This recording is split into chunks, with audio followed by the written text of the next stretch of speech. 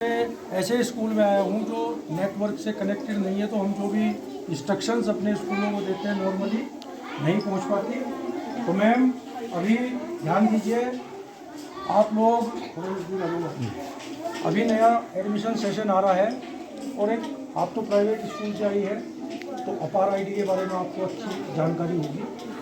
अपार आईडी हमारे यू टाइस में जो हम बच्चों को रिकॉर्ड कर रहे हैं, एंट्री करते हैं उनकी, उससे जनरेट होगी।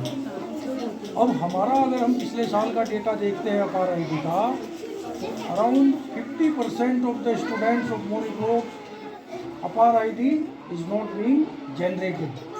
Reason being, there is a huge mismatch in the records what we have in UDIS and what we have in our records. So, and what they are having in their Aadhaar. So that mismatch is there. So to check this mismatch, we have to put our efforts right from the class 1. अभी जैसे मैं बात कर रहा था कि अगर कोई बच्चा क्लास 1 का और उसके पास अगर आधार है तो आधार से ही आप उसका डिटेल्स लिखिएगा, उसका नाम, मम्मी का नाम, पापा का नाम, डेट ऑफ बर्थ। अगर आधार नहीं है और गवर्नमेंट बर्थ सर्टिफिकेट है, मेरे ख्याल से वो बाइलिंगुअल होगा, देखा किसी का सरकारी जो आजकल जनरेट हो रहा है, हिंदी इंग्लिश दोनों में है ना। हाँ, तो वो लिखी जानी है।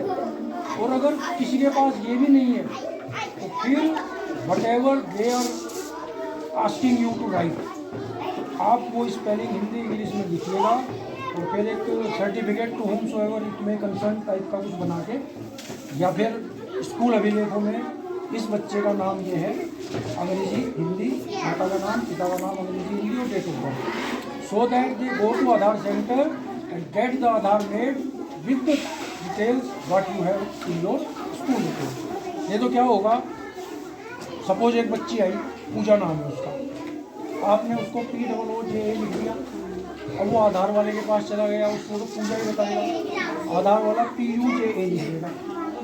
तो हमको ये ध्यान रखना है, आपके भाई CRC साहब, आपकी ध्यान रखना है जहाँ भी स्कूलों में जाओगे कि स्पेलिंग मिसमैच नहीं होनी चाहिए। ये एक बहुत इम्पोर्टेंट चीज़ है जो हमको इस साल इंश्योर करनी है। Thank you. हम लोग का एक सबसे मोस्ट वाइटल जो अगला रिकॉर्ड है वो ये है प्रवेश पंजिका, जिसको कोई SR पंजिका भी बोलते हैं, एनरोलमेंट रजिस्टर बोलते हैं। तो ये भी बहुत पुराने समय के होते हैं जो कि सिर्फ हिंदी में हम इनकी इन्फॉर्मेशन दर्ज करते हैं। तो मेरी रिक्वेस्ट स्कूलों से है कि वो इसमें भी बाइलिंगुअल लिखना शुरू करें, ताकि आपको पता रहे कि आपने इस बच्चे का नाम अगर नरेंद्र लिखा है तो अंग्रेजी में इसकी स्पेलिंग क्या होगी। तो यहाँ तो नरेंद्र की स्पेलिंग NARENDRA भी लिख देगा और NARENDER भी लिख देगा आदमी, नरेंद्र भी हो जाएगी, नरेंद्र भी हो जाएगी।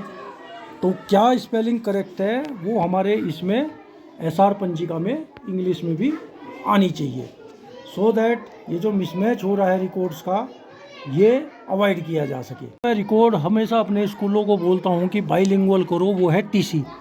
हम ये देख रहे हैं कि ये TC आज भी हमारी सिर्फ हिंदी भाषा में जा रही, जबकि हमें पूरा बच्चे का नाम, माता का नाम, पिता का नाम और स्पेलिंग हिंदी और इंग्लिश दोनों में देनी चाहिए। तो मेरा सभी स्कूलों से अनुरोध रहेगा, जहाँ भी आप ये प्रिंट करा रहे या करी हुई मिल रही, उनको बोलो पब्लिशर को, वो छाप देगा आपकी रिक्वायरमेंट के अनुसार, जो कॉलम आपको, जो फील्ड आपको उसका हिंदी इंग्लिश में चाहिए। और इसमें एक्स्ट्रा इन्फॉर्मेशन भी देनी है, इसमें कहीं आपको अपार आईडी भी लिख के दो, उसमें इसमें कहीं बच्चे का आधार भी लिख के दो, कोई बहुत सारी इन्फॉर्मेशन, पैन नंबर भी आजकल हम दे रहे हैं बच्चे का जो UDIS से जनरेट हो रहा है। तो वो सारी की सारी इन्फॉर्मेशन बदलते हुए वक्त के साथ हमको चलना चाहिए, तभी हम सक्सेस होंगे, हमारा रिकॉर्ड सक्सेस होगा।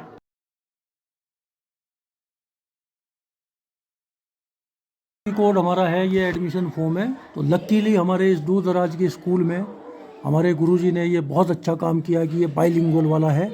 अदरवाइज़ तो मुझे ये काफ़ी सारे स्कूलों में वही पुराने टाइम का मात्र हिंदी वाला दिखता है। तो इसमें भी madam give a thought, you have come from the private school, तो what are the other fields we require columns, so that we could give demand and our records right from the class 1 they maintained properly. in all the schools.